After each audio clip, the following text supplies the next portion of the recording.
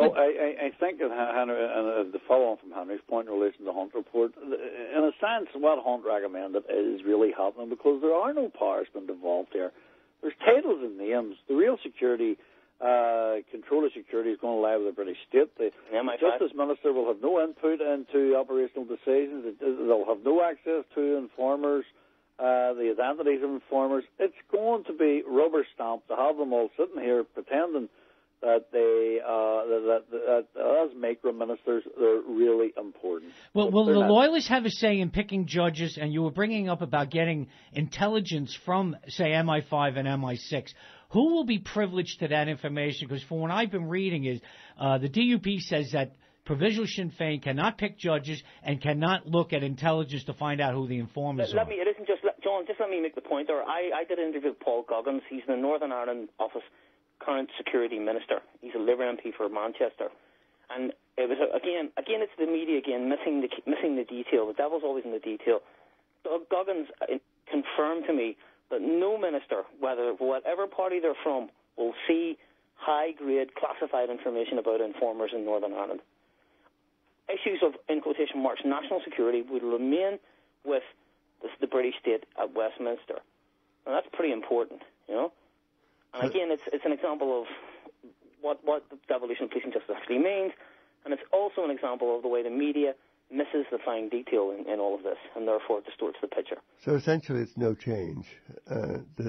Cosmetic change. I mean, but in the end, you know, the budgets, the control over MI5 and the control over classified intelligence material will remain in the hands of London. But isn't that the transfer in microcosm? The real authority always stays in the hands of London, and in fact, they say, here is your budget. Go spend it however you will, but this is the budget. Well, it's happened in the health service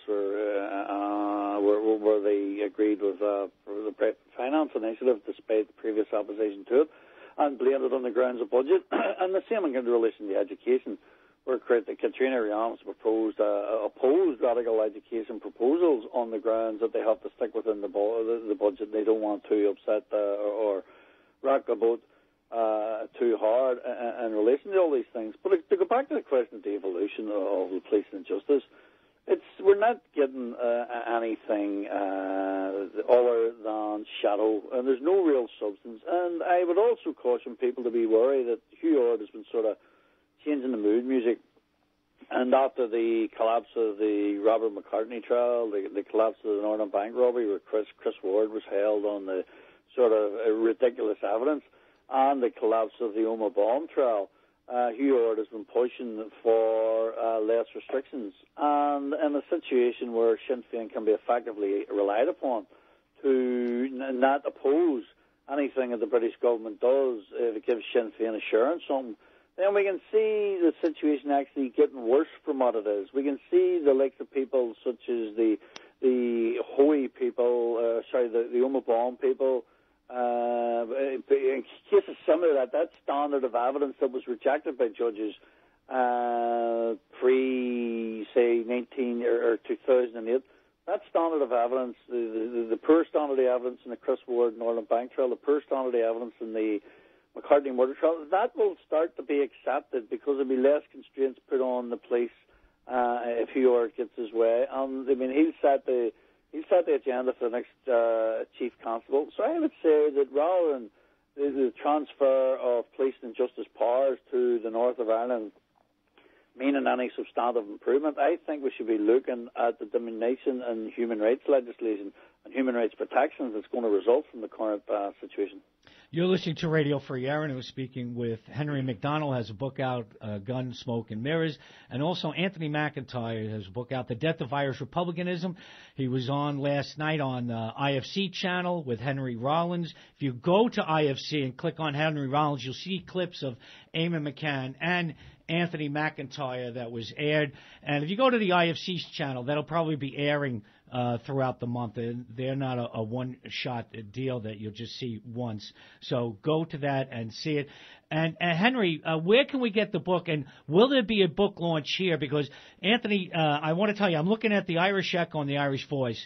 There's 2 full pages of pictures from the $500 a plate dinner dance that Sinn Féin held at the Sheridan Center, and I'm looking at the cast of characters. Now, one picture is of Desi Mackin and Rita O'Hare, and, of course, Jerry Adams is palled up with everyone around there. You might want to tell people who those people are. Well, I'm going to get into that if you let me continue. Okay, I'll continue.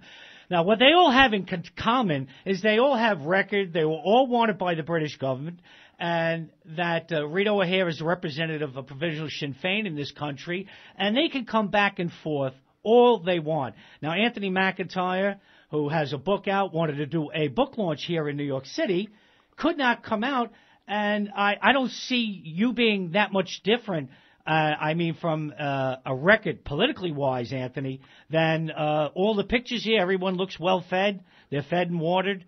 Their bellies popping out of their suits. And, you know, they have no problem getting a visa. But, Anthony, you're finding it tough. Well, I mean, very much so. And, the Americans are not stupid. The Americans that have all access to major intelligence files. And they know precisely the operations that Mr. Adams ordered. And they would also know that in comparison to him, I would be very, very small fry, a very small fish indeed. And he has a conviction, and he's allowed into America to spout utter nonsense. I'm trying to get in on the basis of actually telling what to me is a very truthful account, and then bond. And it's all down to the political judgment of the American political establishment. I am regarded as an enemy of the peace process, even though I am not an armed enemy or a physical enemy. And I had long since given up the armed campaign long before Sinn Féin had given up on it, because we have to bear in mind that Sinn Féin up until 2005 were effectively their leadership made up the IRS Army Council, and according to Bertie Ahern, I have no reason to doubt him, the key members of the Sinn Féin leadership were involved in the decision-making process in relation to the robbery of the Northern Bank. Yet they continue to get into America, and I am totally unable to.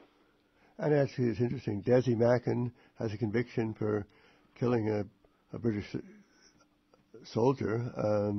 He talked about it in an American courtroom, said, I was a member of the Irish Republican Army. Rita O'Hare escaped on bail after she was charged with possibly colluding in the killing of a British soldier. So they was heavy charges, but didn't seem to keep them out of the United States. No, and Henry, to come back to you, where can we get your book? And well, probably from online, which is Gillan Macmillan, the famous Irish publishers, great publishing house. www.gillanmacmillan, that's GILLMACMILLAN.IE. Gillan Macmillan, that's where they're selling it. And I do fully support Anthony's right to go to the United States. He's an American partner. I mean, he's able to go and see his in-laws as much as anything else. I think it's ridiculous. How much coverage are you getting, Henry, on RTE, the BBC, or just the papers? Okay, well, I'm going on the BBC Religious Affairs programme tomorrow, ironically. And here's one very interesting thing, John. In all the programmes I've been on, and all the radio stations I've been on, Sinn Féin have not put anyone up against me. The producers keep telling me they've asked, members of Sinn Féin, they've asked people who are sympathetic to them in the media, and nobody has come forward to sit down in a studio and confront what I'm saying. But, Henry, that's very consistent. When Ed Maloney came out with his book, A Secret History of the IRA, it was just dodged. It didn't happen, as far as Sinn Féin was concerned. I think that's the policy. The policy is to ignore and quietly demonize. I think that's probably the policy. Now, in relation to Ed's book, I mean, Jerry Adams put it down after 25 pages. He says it was telling lies about him. Apparently, Ed had said he was in the IRA.